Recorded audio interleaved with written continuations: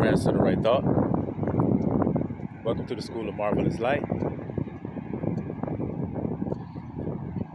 A lot of the world has a misconception of the Father's love for us. And because they must misunderstand His love, they also misunderstand His anger. You've often heard of a fiery God, a God of indignation, an angry God, a violent God, a bloody God. You've heard of these things, and that may be how you view the Most High. But we want to clear up all those misconceptions and make the truth plain to you. What's often perceived as the Father's anger is the results of man's own doings. If a father has a child, and that child is susceptible to death, then because that father loves that child, he will try to prevent that child's death. He will try to do things to keep that child alive. And whenever the child does something that risks his life,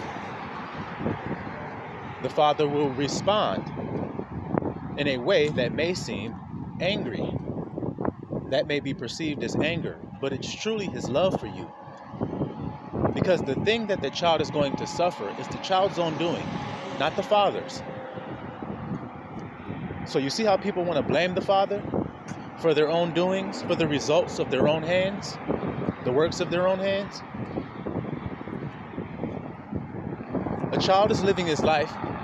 All of the trouble he gets into, all of the things that he does out there in the world, most of the time his father's not even present when he's doing the wrong thing, you see? So he can't blame his father when he's doing the wrong thing, when the results come from the wrong thing that he's chosen to do. So his father says, don't steal. His son goes, he steals a car. He takes it. He gets caught. He goes to jail. He feels bad. He gets this sick feeling from his actions. His own conscience bearing witness against him.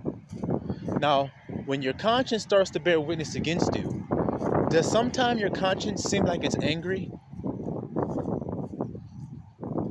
I'll help you recognize the conscience voice. When you do something, you're like, God damn, that shit was stupid. Why the fuck I do that, man? Why did I go that way?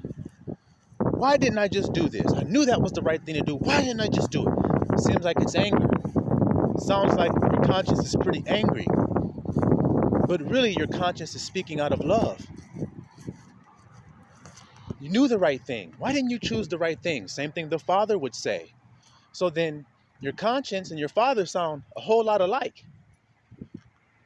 I'll wait and let that marinate a little bit.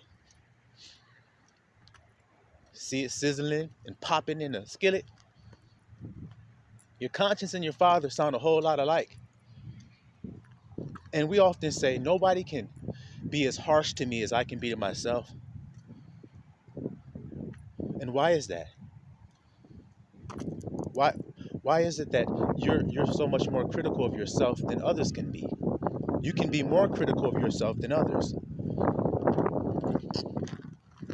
In other words, you're more aware of what you've done wrong from yourself telling you than from somebody else telling you. And most of the time, that's why we don't like other people telling us when we've done wrong. Because our conscience has already told us that it is. So our Father, who's perceived as bringing doom and gloom on the earth, it's really man's reaping what he has sown. Abba never intended for him to suffer these things. He never intended for him to go through these things. But he is, and why? Because of his own misconceptions of what the Father has already told him. Because of his own rebelliousness to what his Father has already told him. You see how this is going? You see? Hold on. So, these things that happen to man are his own doings. Just like that child who was warned by his father. He was told by his father. He was corrected by his father, but he didn't really know or understand what his father was saying until he suffered the penalty. Until he reaped what he had sown. And so it is with this world. And a lot of this world is going to curse God when they suffer the works of their own hands. Some people will even say, well, God, why didn't you stop me? If I was going the wrong way, why didn't you just stop me? Why didn't you make me? Because he's giving you free will, because he loves you. Just like when your child says, I'm 16 now, I want to go to the wherever. Can I use the car and go? They just got their license or whatever. And you let them go. They may make a mistake. They may crash. They may anything. But you give them a chance. You give them free will. You give them the control. You see? Because a lot of people have a misconception that Abba's a control freak. If he was, he wouldn't have given you free will. Abba is love. So there's nothing that you can accuse him of when it comes to love. You can't accuse him of not being loving, even though the world is trying to find a chink. Just like the woman does when a man says, I love you, and he marries her. She looks for a chink to see. It's just the way that it is. And if you are love, then you shouldn't be offended by the testing. All you have to do is be patient during it. Be long-suffering during it. Be kind during it. To prove all things. To prove that your word is true. Because it's going to be tested by people that don't really believe love. People won't believe it until it's made manifest to them. Just like everything else. Just like everything else. Hold on.